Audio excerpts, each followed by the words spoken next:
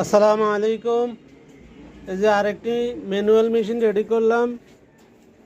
এই মেশিনটি রেডি করলাম জুয়েল ভাই, ঝিনাইদহ সদর।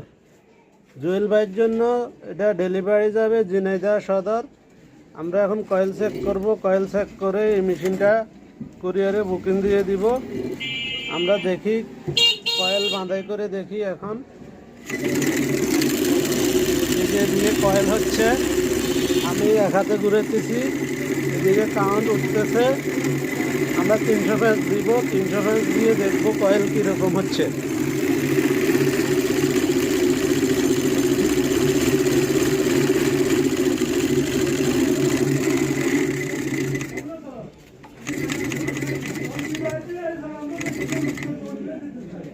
তিনশো ফ্যান্স হয়ে গেছে।